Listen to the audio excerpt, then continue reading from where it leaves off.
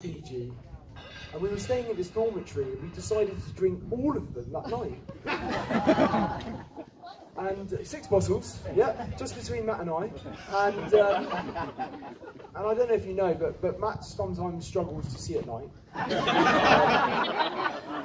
And so what I would do is we would then say, oh, let's go to the bar. There's a really cool bar in Fiji on this island. So I then ran ahead. And then I was kind of watching Matt from the trees as he's kind of like trying to find his way through the thing. And just as he's coming up, I jump out and I shout, "I'm a possum!" And I think he needs to buy a new pair of shorts. And then from there we went to university. We even were in the same halls of residence. Derby. And I think at one point Debbie said, "Matt, I think we need to get some new friends." We're spending a bit too much time with Henry, and we had 2 years. And there's a few people here that were in our house, weren't they? Devonshire, the Devonshire house. Hugo, Crane's over there, and we had a party on the was it the Levers Ball? We had a Levers Ball party, and one of the drains broke, didn't it? One of the taps broke, and so water just started flowing out. So music pumping, everyone's having a great time, water's just pumping out. And we're saying, oh my God, the house is going to fall down. Anyway, the ceiling collapsed, and we said, right, we've got to get out. But luckily Nick Gaston was there, and he saved us, the resident engineer, and he turned the taps off, ruined the party. Turned the electricity off, everyone had to go home. So that was awful.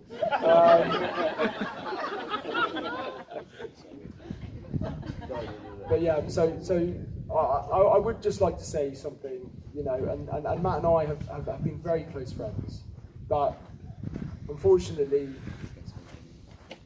the best friends, it ends tonight. I'm sorry to say that. Because his new best friend is sat right next to him. Okay? And they are going to have a lifetime of memories, of friendship, and love. And I'd just like to say thank you to both of you. So let's raise a glass before I hand over to the best man, to Matthew and Alana. And here's Ed.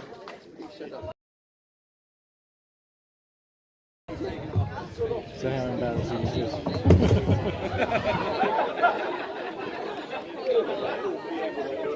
George, you missed that. Mic drop.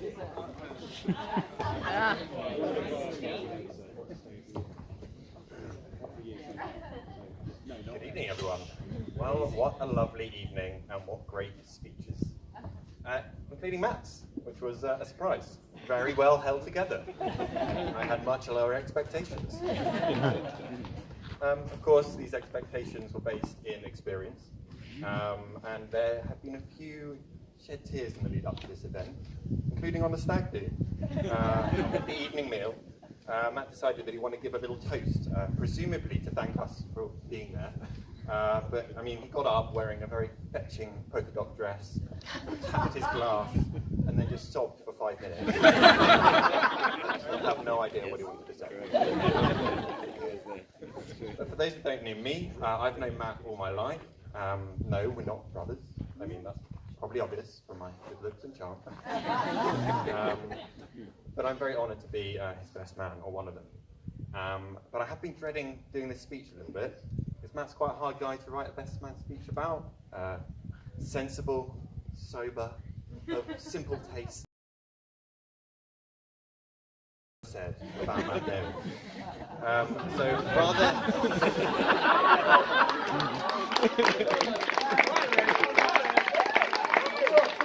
rather than not know how to embarrass Matt in this speech, the big challenge has been cutting down the relevant material. So to give it a modicum of structure, I'm going to try and answer one key question that I think is on everyone's lips. What does Alana see in Matt? And why was this enough for her to forego sunny Australia for rainy and drizzling Putney? So let's start with the Matt Gales look. Boat shoes, blue chinos, a white shirt, tight white shirt. It's a look that says, I live in London, but at a drop of a hat, I'm ready to charter a yacht.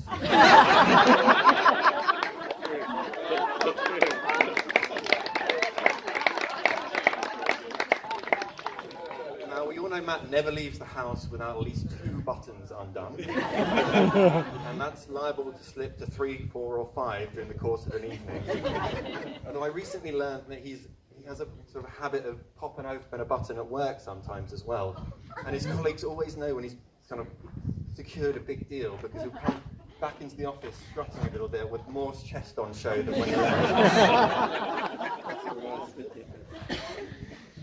Yes, Matt's always had a passion for fashion. At times it's been the source of some confusion. As a teenager,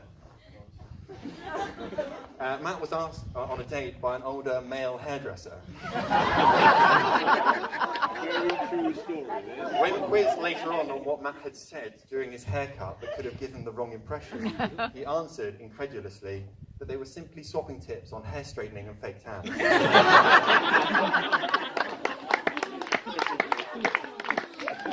The tan, of course, is a core component of the Matt Gales look. When we went on holiday once to Thailand, and Matt spent, he went straight to the beach, and why everyone from miles around was shading in the midday sun, Matt rubbed what I can only describe as cooking oil on himself, and then just roasted himself like a weird purple hue. Miraculously, that tan maintained itself for at least 2 winters in Nottingham. But I have a sneaking suspicion that was more to do with the regular packages of something called Sunny Honey's Tan in a Can. So that's the Matt Gales look. What else can we say about Matt that might explain what Alana sees in him? Well, there's the Matt Gales charm. Harder to pin down. But I've always admired Matt for having a sense of sort of authenticity. He's always had a strong sense of who he is, what he wants in life, and the confidence to go and get it. No doubt, this is partly down to the support of a loving family and good friends. For example, I'm sure Matt's success in sales is at least a little bit part of the use of the Henry Sanderson pattern technique of just saying any old bollocks and saying it confidently enough.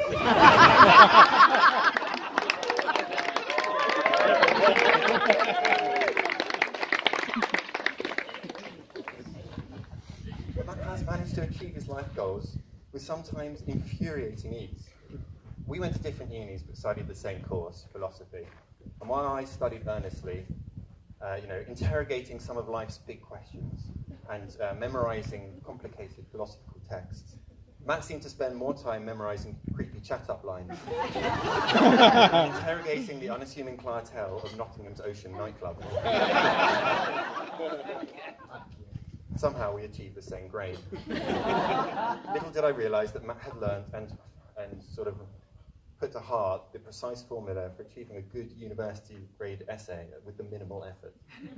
And it's this sort of confidence in Canny that's carried him through his life ever since. It's also helped him in his sporting endeavours. Matt seems to have a decent game in him at whatever he turns his hand at, most recently boxing, a bit of golf, some swimming. There is one sport he's not that good at, and that's cricket. Matt's a pretty rubbish cricketer. Oh well, at least he has something in common with his new Aussie in-laws.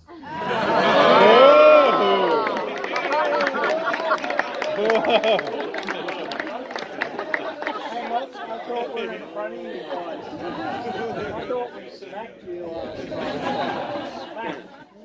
It's at this point I should pause in the rundown of Matt's finer points and recognise that he does have one weakness. One Achilles heel. Matt's kryptonite? Poorly lit spaces. Owing to less than 20/20 vision, a penchant for heavy drinking, and a terrible sense of direction, Matt's found himself in some sticky situations. And probably, if you've ever been on a night out with him, you're familiar with the slow but often hilarious process of guiding him home at the end of the night. but I understand Alana has installed the Find My Friend geolocation app on Matt's phone for the sole purpose of doing this function remotely and to guide Matt home from whatever corner of London he's managed to get lost in that night. And if that isn't love, then I really don't know what is.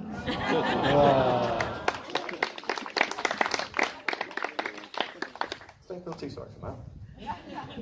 He's known to use his weakness to his own advantage when it suits him.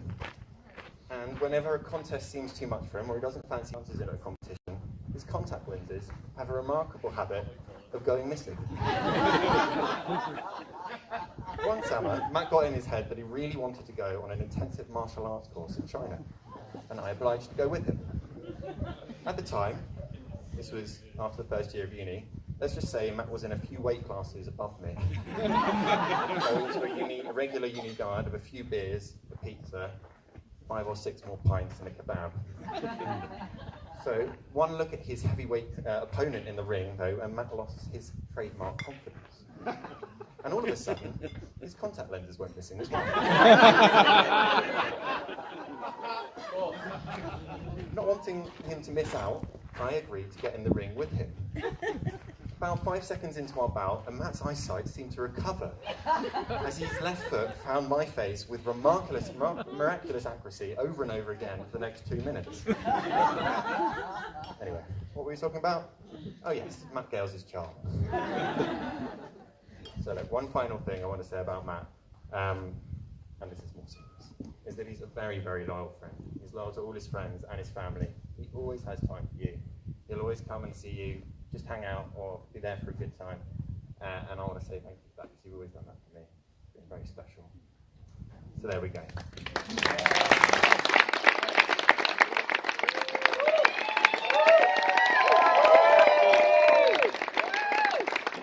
We may never really know, like all of life's universe's biggest questions, we may really never know or understand what Alana sees in Matt.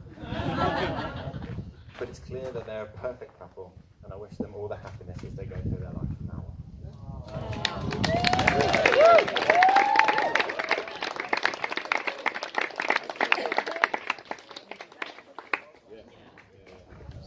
Thanks, Ed. Well, for those of you who don't know me, I'm Nick. Hi guys. And Matt and I have been friends since our early days at Tunbridge School. But that's not actually the first time our swords crossed. I was at a prep school cricket tournament when I overheard a specky spin bowler claiming to be the next Shane Warne. Yes. It's safe to say, as Ed has alluded to, that self-confidence, in this case quite unfounded, has never been something Matt's been short of. Just in case you don't know the groom too well, I'd like to ask you all to reach under your chairs, where a lucky few of you will find a surprise, kindly sent in by some of Matt's adoring fans, just under the cushions.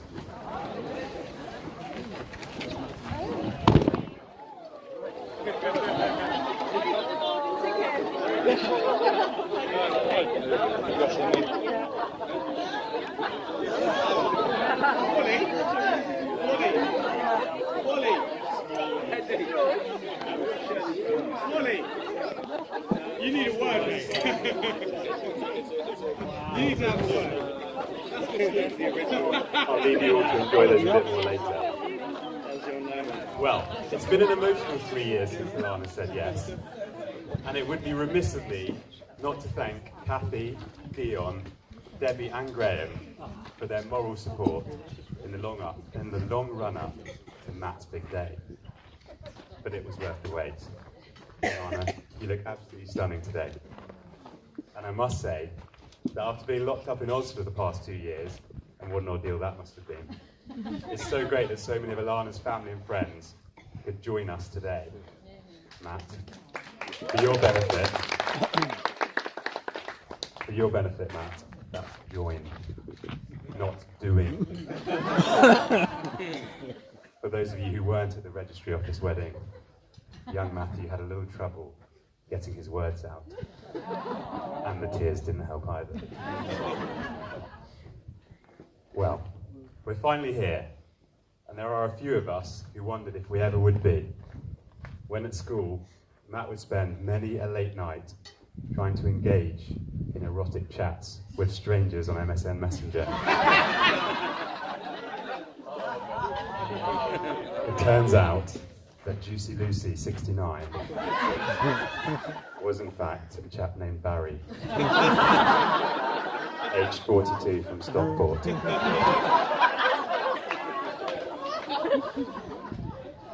So, we'd finally finished school, and the time had come to escape the repression of an all-boys boarding school and discover the real world.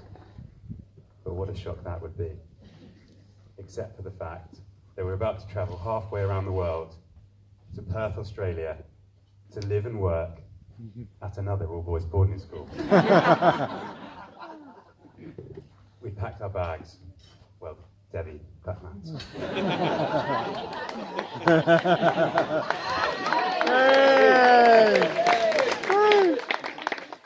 Unsung hero.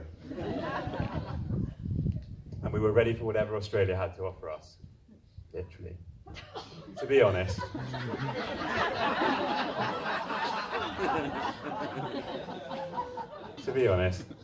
being waved off by our parents at Heathrow Airport, we were more reminiscent of the cast of In-Betweeners than the cast of Love Island.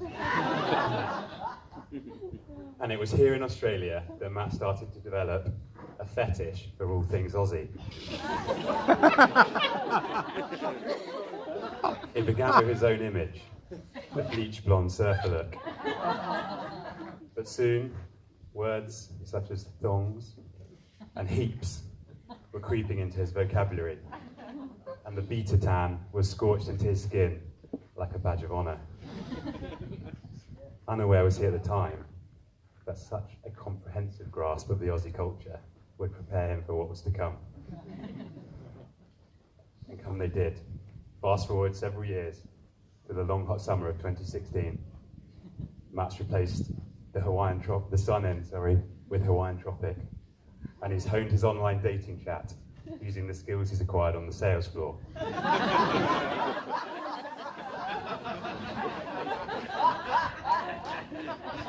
Enter Alana Mead, the Queen of Cronulla, the administrator of more WhatsApp group chats than Matt's incognito Google search history.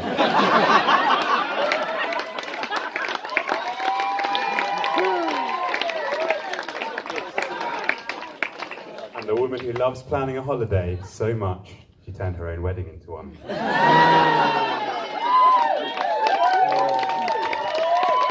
For which we're all very grateful, Alana. So the two matched on Happen, and they arranged a first date at a bar in Earl's Court. Alana must have thought she turned up at a shit magic show when Matt tried to impress her with a Rubik's Cube and managed to set his shirt on fire. Despite this wobbly start, Alana seemed impressed. Things were going great. Love was in the air. But Matt was really nervous about his first trip down under.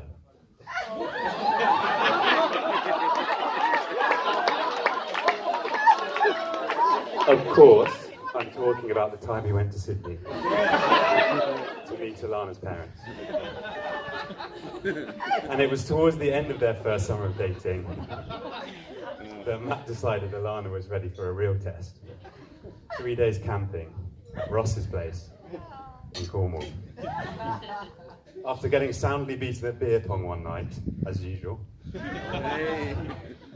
Matt skulked off to his tent with Alana, looking to restore his pride.